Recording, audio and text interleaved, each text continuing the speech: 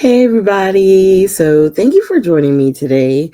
I wanted to go over the basics on heat embossing. As soon as I started my video, of course, I have a visitor. For those of you first time visiting me, this is my cat Salem. I've been gone for a few days and he has been very clingy and doesn't want me to work, but I gotta get to work. So come on, we gotta get you up. Come on. All right. So let's get you up and out. Alrighty. So thank you guys for joining the channel.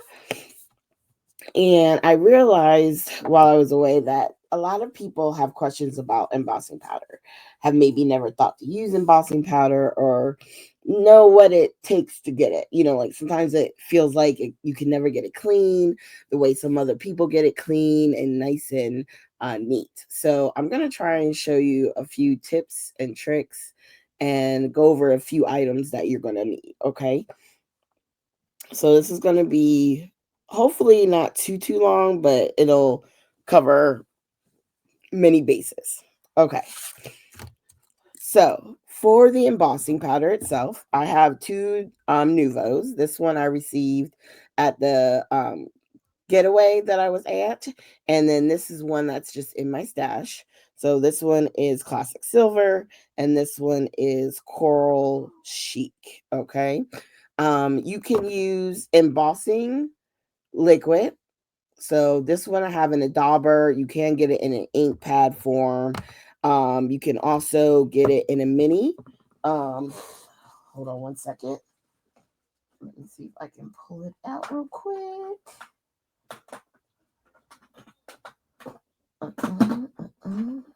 Where did I put it? Just bear with me, y'all, because I have it under here somewhere. Oh, there it is. Distress has what they call just the regular embossing ink. Okay, so there's a lot of different versions of this you can get. Now, you can also, if you don't have the clear embossing inks, you can also use any type of what I would call hybrid or pigment ink. They tend to stay wet longer on your project, so you're able to pour the embossing powder over top of it and have it stick. Okay. Not all inks do this. A lot of times, if you use regular dye inks, they will sink or kind of dry into the paper a lot quicker than a pigment ink or a hybrid ink. Okay. The other thing you're going to need are heating tools. These are typically what they look like. You have this one, the heated tool, the craft tool from Ranger. This is the one that I got from really date myself. I want to say it was AC Moore when they were around. You can still get them at Michael's. I even think Walmart sells them now. Hobby Lobby, of course, and any of your online stores. But this is like more the typical heat tool that you would find. Okay. The other tool I would suggest, but you don't have to have, if you can get your hands on this Nuvo brush, this works really well at making sure like there's no added dust or embossing powder left on your station, stuff like that. Okay. So I was hoping I had some smaller pieces of paper here. Oh, I do. Okay, good. So let's use a smaller piece because what I want to do, I want to be able to lift it up and, pour my embossing powder, which I have a piece of vellum over here. Sometimes I like to use vellum as my catch-all for my embossing powder. You can use coffee filters. I've seen Amy R. I forget what her last name is, but Amy R on which is Prairie Paper and Ink on YouTube. I first saw her use the coffee filter trick to catch your embossing powder. Sometimes, if I, depending on the container I have it in, I will use my container to catch it. Um, Let me see if I can find one real quick just to show you what I mean. Give me 1 second. Yep, right here. So, like, I have gone to the Dollar Tree, and they had a lot of these little containers, and so there's a good portion of my embossing powder that is in these containers like this. So I would spread it, over top using the spoon, and then dump it back in here. It's a big enough opening that you can put it right back inside. All right, so let's talk the first steps. I'm going to leave these because I want to use both, because I want to show you what it does. Okay, so for the first thing, what we're going to do is we're just going to use the regular embossing ink. And I'm going to do it with the sentiment first, because I think it'll show up better that way. All right. And this is the first time I'm using it, so I'm just going to rub my fingers over top of the stamp itself. Sometimes you can like stamp it multiple times. However you want to pre-treat it, it's fine. So we're going to ink this up real quick. And then the other thing you're going to need is like a powder tool. Some have like, it looks like a little pillow of powder. EK Success is more like a triangle cylinder tube thing of powder. It's hard to explain, but this has been my new favorite one. It's from Pink and Main. I like it because you can separate. Oh, hold on, I don't want to drop, but you can refill pretty easily. And you can see I've filled it up recently because it's spitting out. But how this one works, boop, boop, boop. So if this is up, no powder comes out. Okay, if this part is down and you see all the thing, that makes it easier for the powder to come out. And you just put some of the powder down and you treat the paper. You don't even have to clean the powder off once you do this. What you're trying to do is to prevent the embossing powder itself from sticking all over, right? We just want our stamped image that we just inked up. That's what we want to grab the embossing powder. So for right now, so we can see it clearly, I'm going to go ahead and take this backing off. And we're just going to pour this right over top.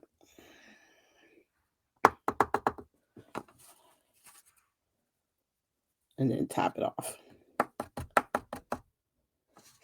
And then we can do it one more time.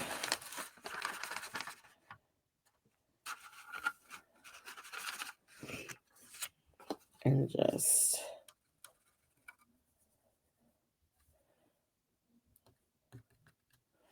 tap lightly. And any extra powder, we're just going to use our brush to kind of get it off. Okay. And then what I like about using the vellum is it's foldable enough that I can just dump it right back in, just like if it was a filter, a coffee filter. And you can see a little bit has fallen out. The amount of that powder right there isn't enough to like really cry about, so I just wipe it off with the brush. So the heat tool, I'm going to show you first with this one, because this is a much wider opening than this other one, so it takes a little bit longer for this one to heat up. Not so much heat up, but to start melting the actual embossing.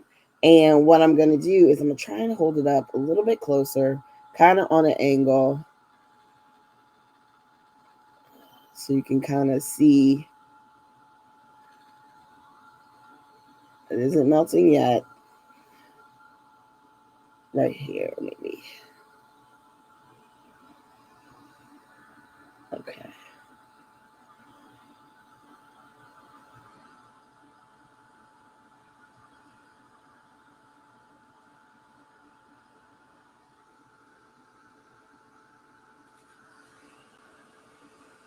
Try and hit it from behind.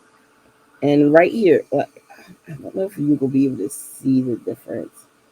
There's a moment where it goes from being a dull powder look and it becomes shiny.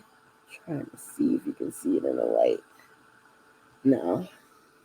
But it has already become kind of shiny. So I am going to just heat it up a little bit more just to make sure. Okay. Ooh, I just rubbed it. That was too fast. It was still hot. Did you see how my finger went across it? Hold on.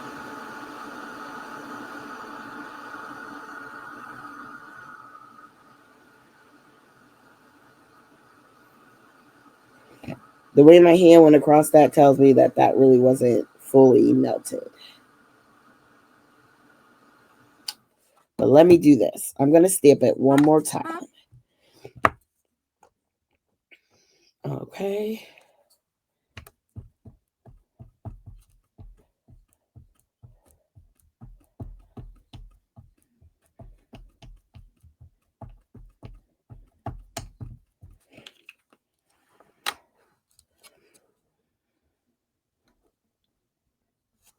I hope I didn't just move that weirdly, which is a possibility. Okay. So let's do it again. We're going to use the same color.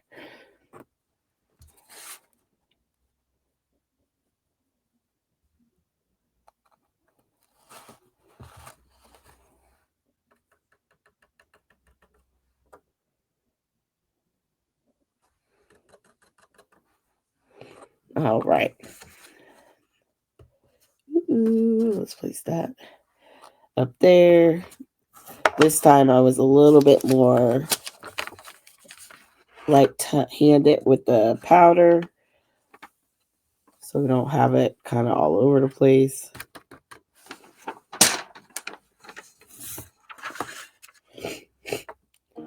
Hold on one second for me.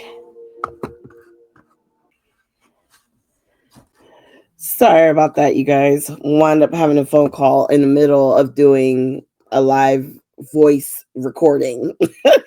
that with the way life goes. Okay, so now we're going to use this heat tool, and you can see the opening's a lot smaller. I'm just going to move that out the way, and there's only one button. It's like on or off. You don't have to worry about setting temps or anything like that. And I just kind of move it along my hand so I can feel the heat temperature rising. Sometimes I'll put it underneath. And what that does is when you go from the front, it'll help it warm up faster and it'll minimize warping. So now I'm going to try and do the angle again. And this one, it did it like super fast. Okay. So here we go. If you can see some of the shine, there it is. You can see the shine there. That shine right in there is the heat embossing, basically. It gives it a raised feel and it's shiny.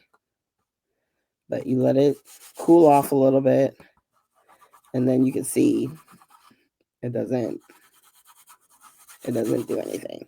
Okay. Now, fantastic. You notice I didn't redo the powder after I did the first one. You can. There's a little bit of a haze around it. It's kind of hard to see, but it's very minimum. This little like pinkish haze. And that's just from the coral coloring. Okay, so let's talk about another inking. Okay, so we're going to do down here, and we're going to stamp it twice. And this time I'm going to do one with the coral and one with the silver. But we're going to use the VersaFine. So when it comes to sentiments, especially sentiments, I like using the VersaFine for embossing because I feel like as a black ink, it gives you the most coverage on your clear stamps for sure. So I'm going to stamp straight down, press for a few seconds, and pull up. And then we're going to cover the black. You're probably like, why would I do that? Trust me, you're going to want to do it only because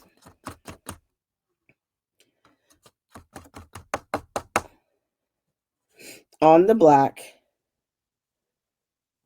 once you use the embossing powder,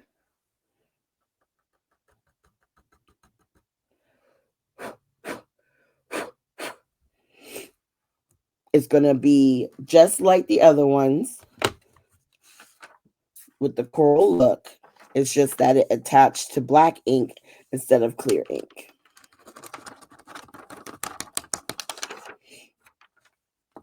And then while we're doing that, let's do this real quick. Where's my brush? Okay, so we're going to stamp again.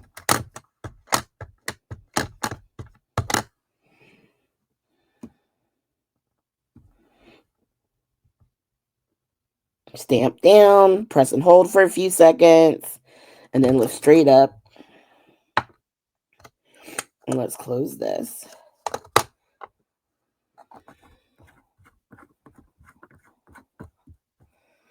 And then we're going to do the silver.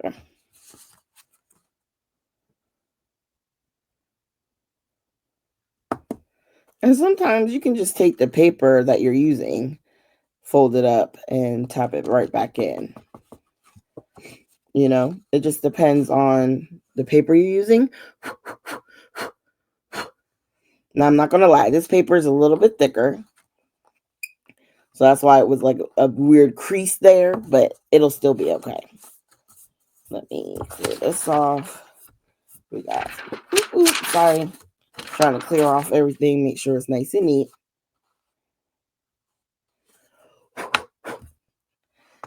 And we're going to heat this up. This is probably my most go-to heat tool when I go to embossing. Because like I said, it happens really quick once it's heated up good.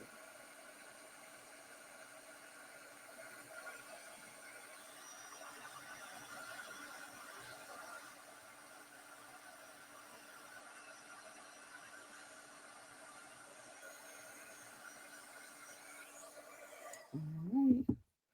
And then we're going to hold it up close and then look at the shine. Okay. You can see the shine really well on that silver, but it's doing the same thing even on the coral. You can see the shine there. Okay, let that cool. I'm going to put this one away because, like I said, it's not my favorite. Okay. So now what I want to do is show you on maybe a more detailed stamp. And it doesn't matter. Whichever stamping method that you use, the key is your powder.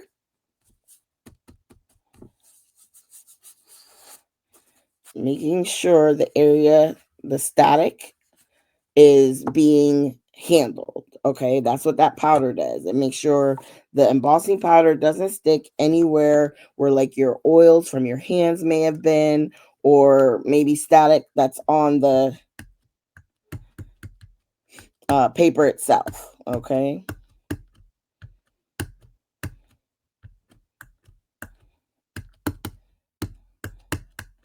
Okay, just a few tap, tap, taps. And then let's do...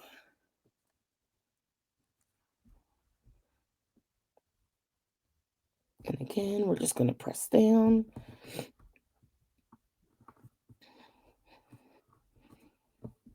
And give it a few seconds and then pull straight up.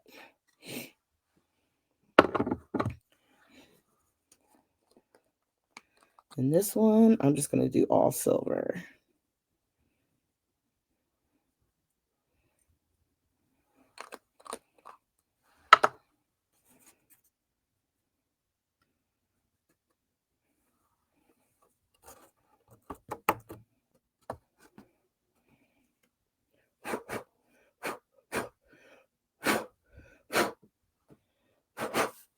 Okay, so we got that off to the side, and I'm just literally, I was just blowing some of the extra like stragglers of embossing powder off the page, because I know once I get everything where I want it, we're gonna just clean off the table.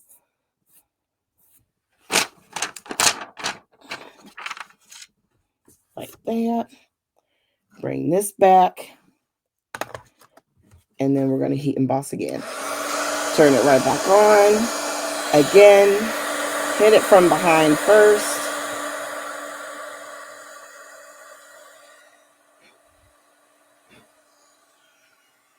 And then from the top.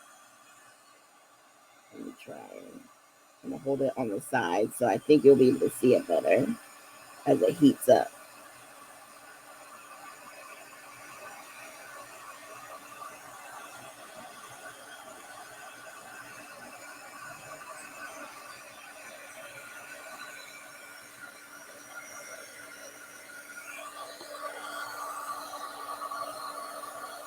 Okay.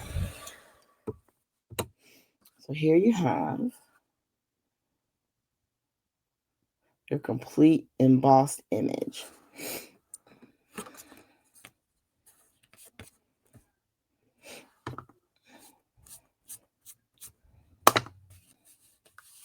And then once it cools down, you can rub your hand across it.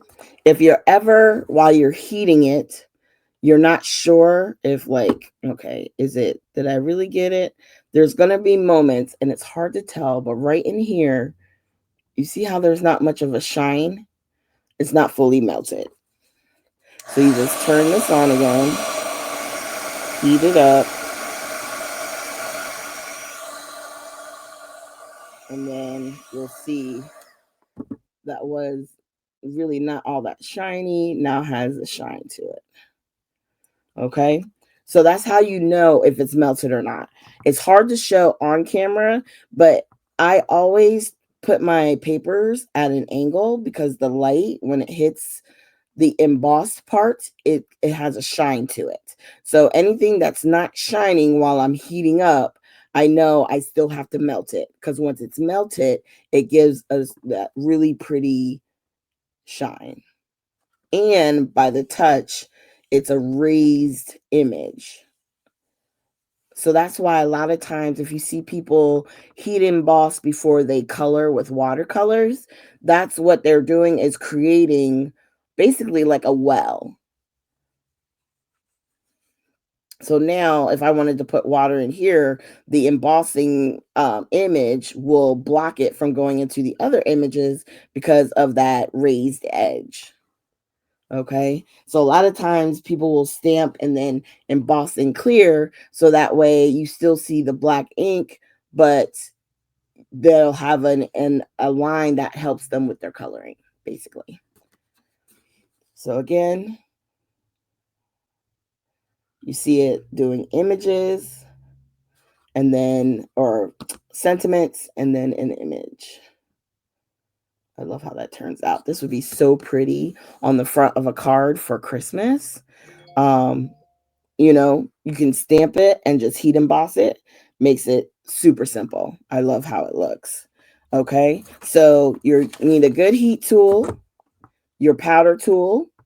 Okay, if you don't have one of these, I have heard that you could use baby powder. Here's the thing. You just want to make sure that the powder removes electricity, static, whatever the static is. It's hard to explain. But that's what you want it to do. You want it to take away the powder connecting to anything that's like that has that staticky feel, right? So your oils, you don't want it to stick to the oils in your hand, and you don't want it to stick all over um due to that staticness. Okay. You also want to get your inks. If you don't have clear inks, then get you a good pigment ink, like a VersaFine ink. Oh, you know what I should show you? The tea. Let me pull out. I got Scorched Timber right here. I'm just gonna grab it real quick. We all know that with oxides, you can what's the word I'm looking for? You can heat emboss with them as well. So what we're gonna do, I'm gonna grab this real quick and just show you. I just want to clear off the dye ink or the pigment ink on this one. Okay. And then we're going to take Scorched Timber, ink, ink, ink.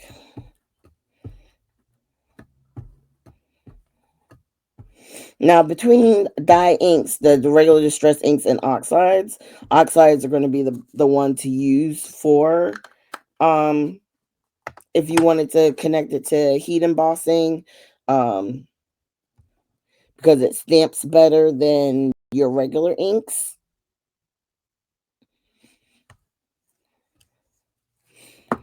So there's the brown and the Scorched Timber.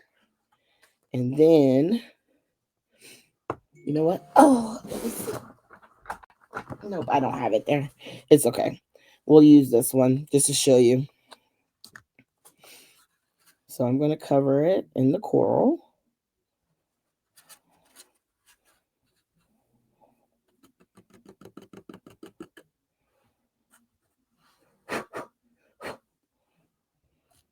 Alrighty.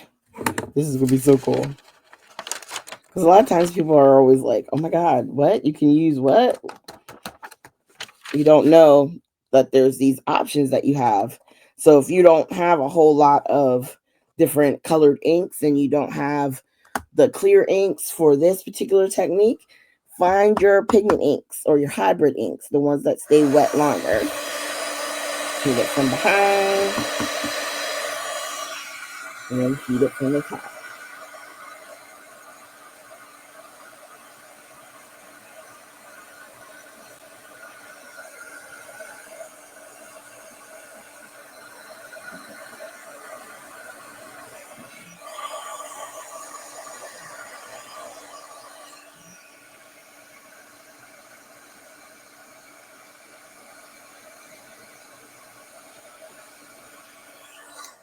All right, let it cool down.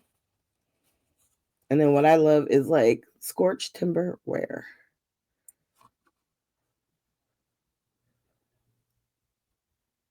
You know what I mean? So you can use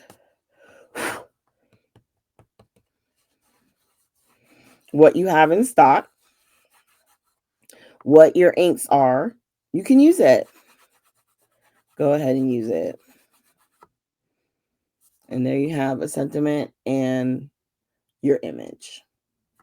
Cut this out, put it on a card front, and boom, you have your card for Christmas.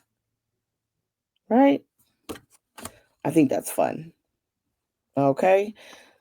So if there's anything in what I've shown you today that you guys have questions about, just leave them down below. And I will definitely take a look at doing either a second video or, I can try and explain things a little bit further.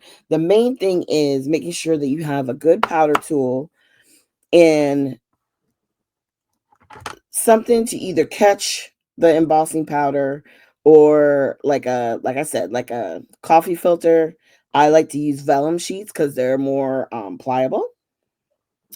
You can even use regular cardstock, like your lighter weight cardstock. That's fine. Use what you have. You know what I mean? If you can scoop it or pour it on your image and put it just right back into the thing, then do that too. You don't have to make it complicated. So something to catch the powder with, either your pigment inks or your clear inks, whichever one you have. And grab your embossing powders. I would say if you're just starting out, I wouldn't worry so much about all the random or different colors. I would look at your silvers, your golds, your white and black and clear. I know a lot of times most people don't use black embossing powder because that it has more static in it than any of the other powders. My suggestion is if you do black, that you definitely use your powder tool, maybe a little more heavy-handedly, to try and combat that static issue. Okay. Or you could just stamp in the black pigment ink and use clear embossing powder. So it'll still give your stamped image that shine, that embossing feel without it being black embossing powder. Okay. So, and that would go true for scorched timber. If I didn't want to lose the color, but I wanted it to have a little bit more pizzazz, stamp in this and use clear. Okay. So there's a lot of different options as far as the different powder combinations, how things work. On the next video, we could probably take a look at what's the word? The embossing glazes, because those have different properties than embossing powder. Embossing powder is opaque, right? So as soon as you melt that powder, anything underneath you no longer see. You're like, what? What color did I use? That's why it doesn't matter. If you're using silver, gold, if you're using black or even white, you can use whatever color underneath because when it melts, it's going to be opaque. Embossing glazes are more translucent, right? So you would want to do your scorched timber with the scorched timber glaze. And what it does is it enhances the color of the ink that you're using. You see what I'm saying? So we'll go over that more when we do our second video. Because there's a lot of things you can do with obviously your embossing inks and your embossing powders. This is just how to get started, the very beginning basics. Powder your paper, stamp, apply the powder, tap off, make sure you get rid of any extra embossing powder, and then melt it. That's the basic steps for heat embossing. On the next video we'll dive into actual like techniques and projects, like how you can apply it to your card making or how you could apply it to your scrapbook layouts, stuff like that. Okay. So there's a lot of different things. This will probably be a multi video collection only because I don't want to do it all in one video and it be too much info and not enough focused info, if that makes sense. So on the next one, we'll talk more about cards because they're a smaller palette and a lot of the same techniques you do on cards, you can do on your scrapbook layouts. Okay. But we're going to focus on cards on the next one. So thank you guys so much for joining me today. Like I've said before, if you've never been here, please consider hitting that subscribe button or giving the video a thumbs up. You can also put comments down below. I do read them. And like I said, if you have any questions, things that you want me to focus on as far as the embossing in the next video, please leave it there and I will do my very best to make sure we hit it in the next one. All right, y'all. Have a great weekend and I will see you guys with our next video. Bye.